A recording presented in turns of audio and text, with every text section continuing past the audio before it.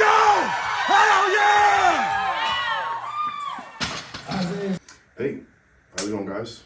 Welcome back to the channel. I know it's been a while, but I just want to get on here and make a quick little update video, really, because I've already done a gear breakdown video on this rocket before at the beginning of the year or the end of last year, whatever, it doesn't matter.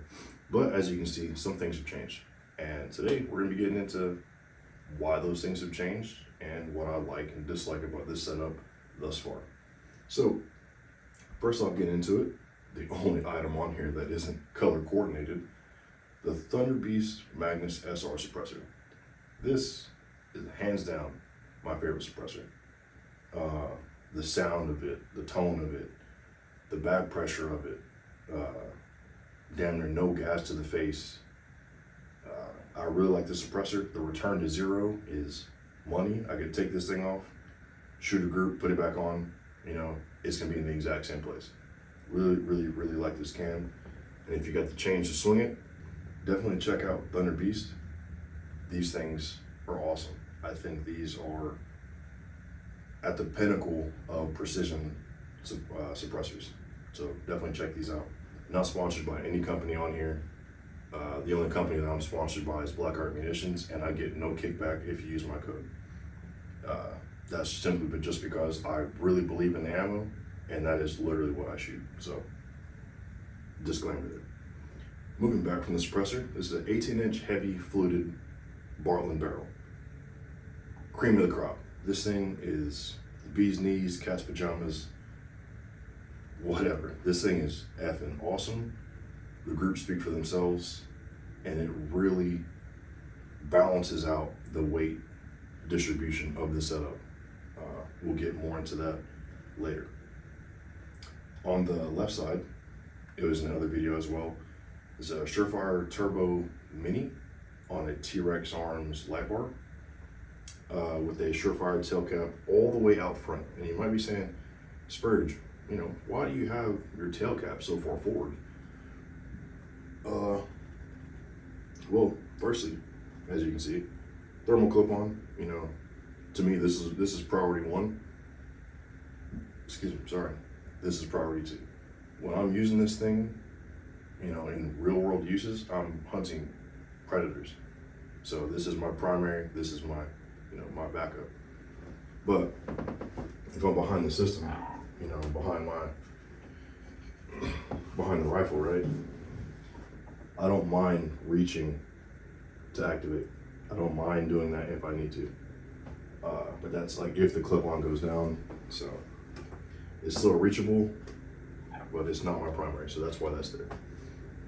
Moving back, AccuFire Incendus 384 unit.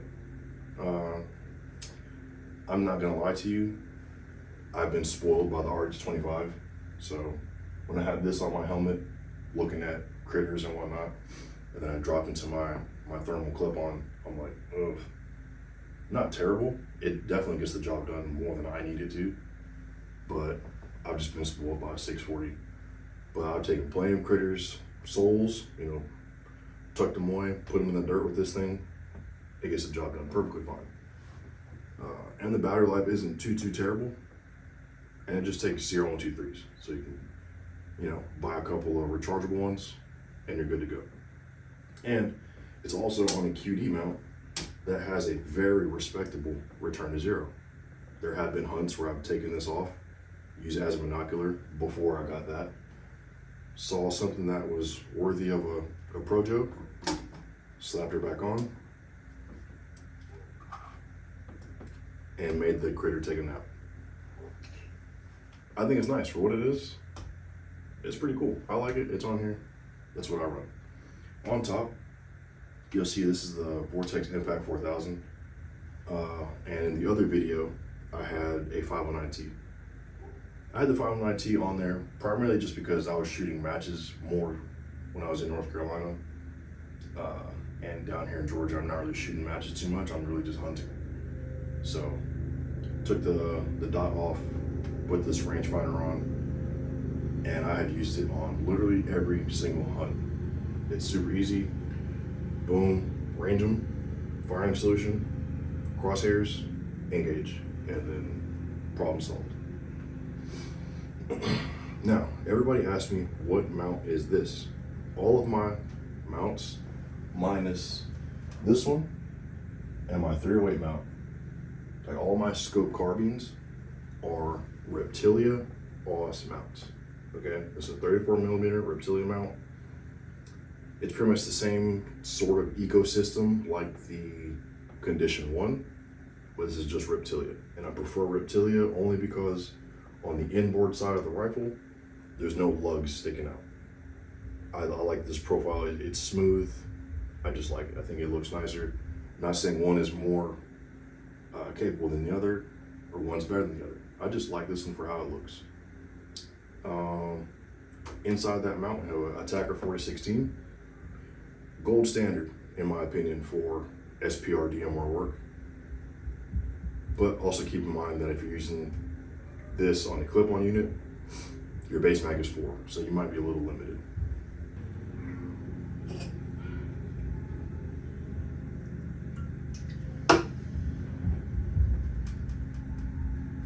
So dropping down from all the optics and accessories, let's talk about the receiver set. I know monolithic receiver sets and semi-monolithic receiver sets are like all the rage right now, but if you've been following me for a while, I've been running this for a minute. All right, this is a Cobalt Kinetics CK Pro SPR receiver set, and I really like it. As you can see, this is the only gun that I have never rattle canned, and I plan to keep it that way. The rail to receiver lockup is so tight, you have to essentially push them together to get these screws in here. And with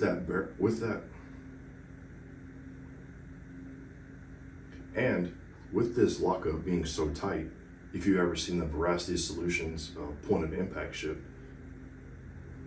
this thing is incredible.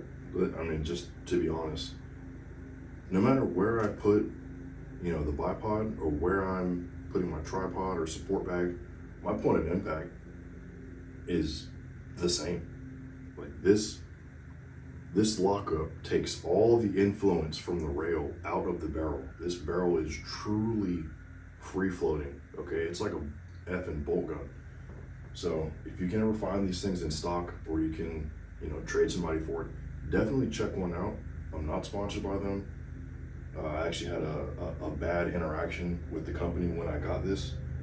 But for what it is, I can't not recommend it.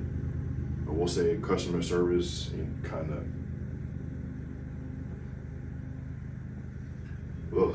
but whatever. The product is what the product is, and it is kind of tits. But enough about the receiver set. Moving back, I have since gotten a bad lever on here. I don't know. I got short hands. I got really wide palms, short fingers. Okay, so I don't like having to manipulate the rifle, by tucking it in my shoulder and taking my hands like a little T-Rex to do everything. On here, I can literally just hand on fire control. The weapon's already clear. I don't want to hear it. So keep my hand on fire control, pull it back, done. If I need to send it home, obviously I'm going to do this, but for noise sake, I'll do it. You literally just, boom. That's it. I really like that. I don't understand how people have NDs with this. It's as simple as lock to the rear, send it home. Sorry if you had headphones in. I really like the bad lever. I've only had it on there probably about 4 or 5 weeks now, but I really like it. I don't know. Maybe I just dry fire enough, or I go to the range enough. I don't see how you could ND with the bad lever on here. But that's your business. Be responsible. Anyway, moving back on here, this is just some ambi safeties that I got off of my old Down Defense. So maybe it's a Down Defense ambi safety. But like I said, I have really short fingers. So when I'm on fire and I'm, excuse me. Yeah, like I said, I have really short fingers, right? Don't make fun of me. So when I'm articulating this, I'm hitting it with my thumb to go on fire, right? Bang, bang, bang, bang, bang, doing the work, whatever. And then when I'm trying to go on safe, I don't like having to try and swing my thumb under here just because my freaking fingers are so short. I find this so much more simple. Watch. Safe. Now, in your brain, and well, really in my brain, it is extremely difficult for me to confuse this because I can feel how, like my hand is coming off. I'm breaking my grip, right? So I really can't confuse this with that. That feels totally different. It's like grabbing a butt cheek or grabbing a boob. They don't feel the same, right?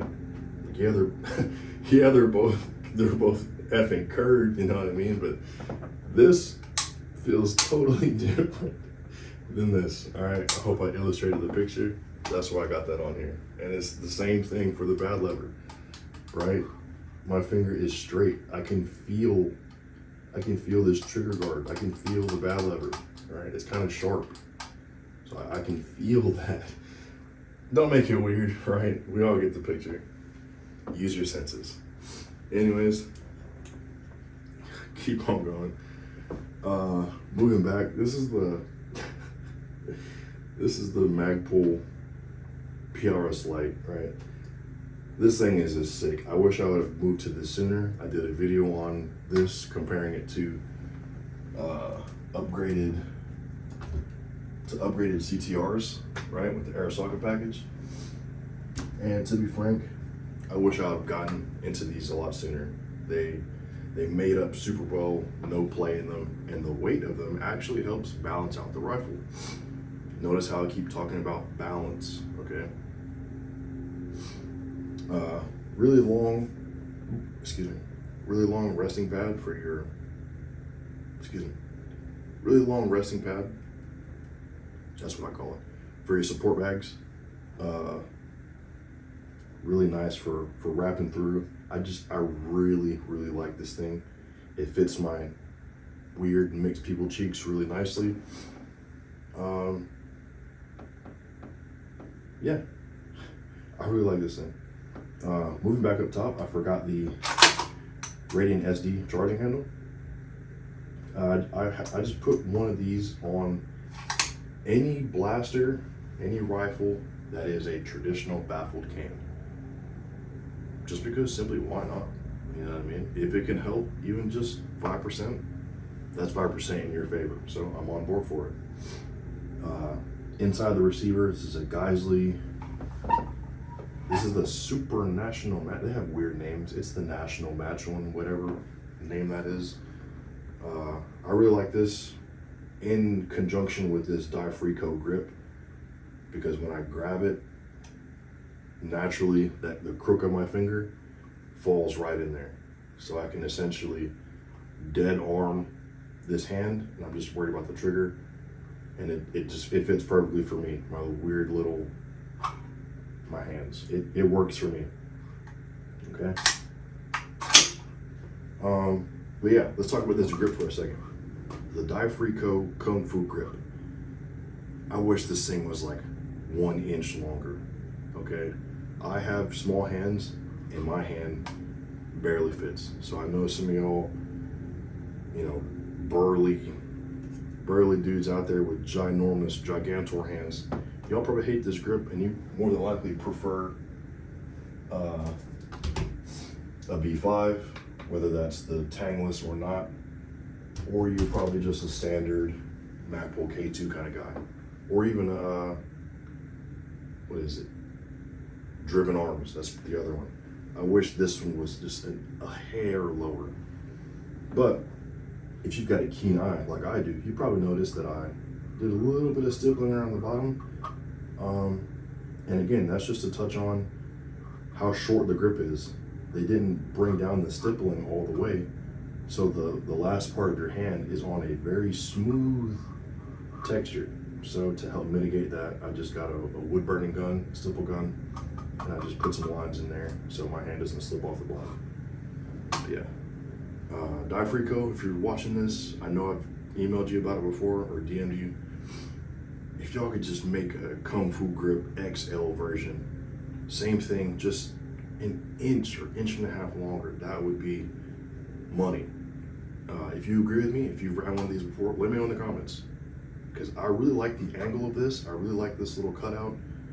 But if you could just bring down that stippling all the way and make it like that much longer, like right there, that would be perfect. Because you can even see, I'll grab my other hand. Look how much of my hand comes off the bottom. You can see. So if you could just make that a little longer, that'd be dope. But yeah, get off my soapbox. Internals. This is a Sprinco, well, backtrack. This is a Voltor A5 tube, sort of like the industry standard for SPR DMR work, or really any suppressed rifle. Voltor A5 tube, yeah, Voltor A5 tube. Sprinco red. Yes, it's a Sprinco red, not the regurgitated Sprinco green. Every time I ran a green, I was getting gassed out, okay? I don't really care about gas to the face, but I don't like it either, if that makes sense.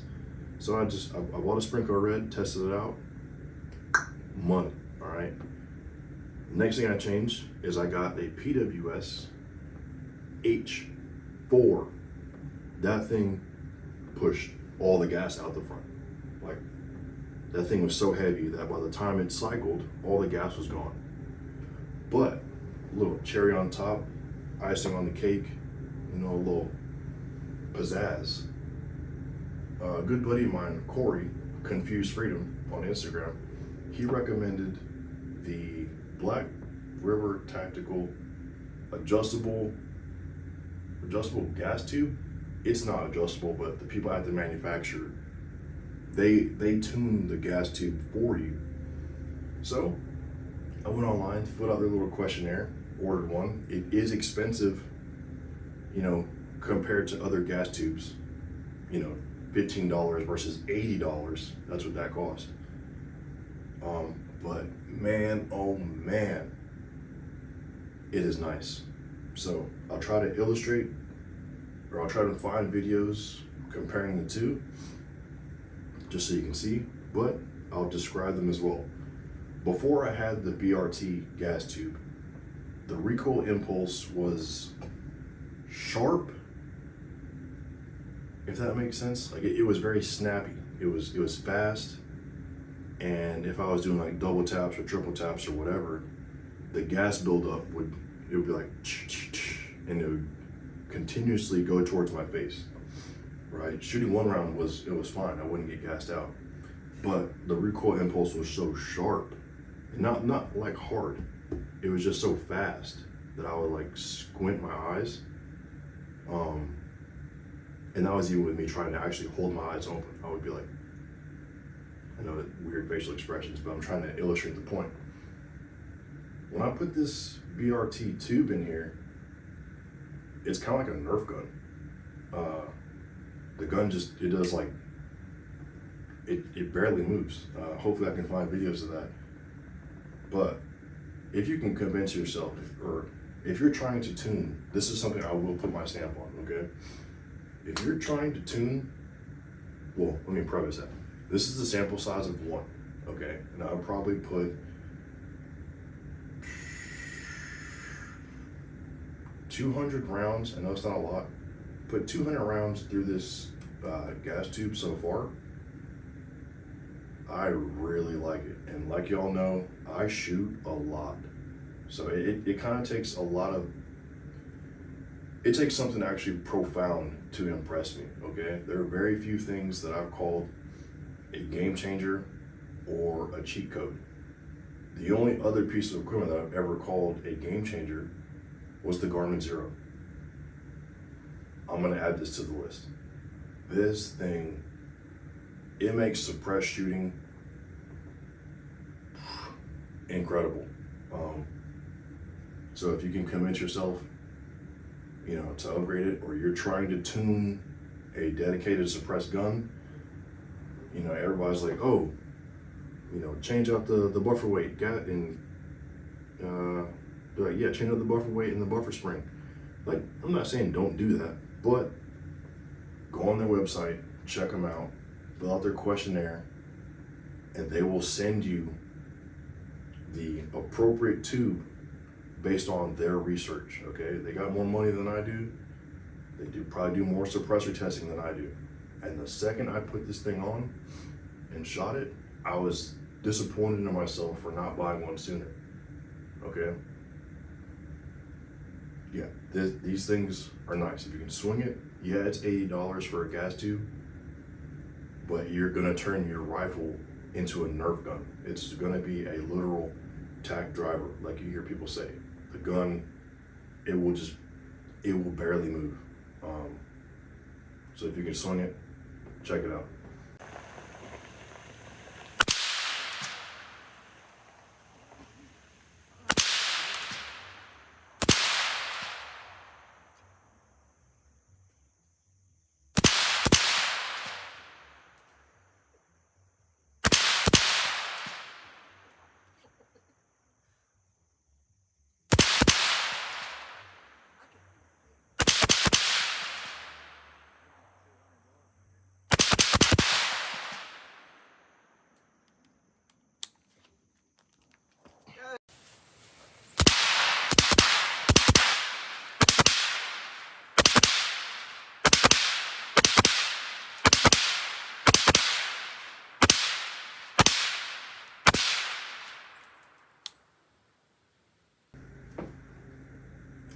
But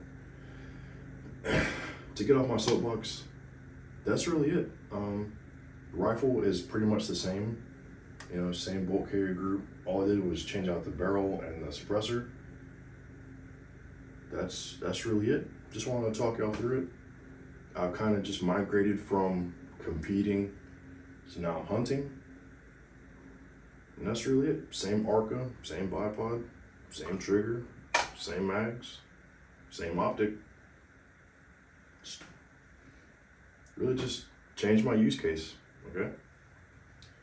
But with all that being said, just wanted to go in here, make a little video for y'all. I know it probably got a little long-winded, but I'm sure somebody will appreciate it. So, hit that like button, hit that hit that like button, hit that subscribe button. And if you're not subscribed to the channel, do so. Yeah. Don't be a dickhead. Have a good one.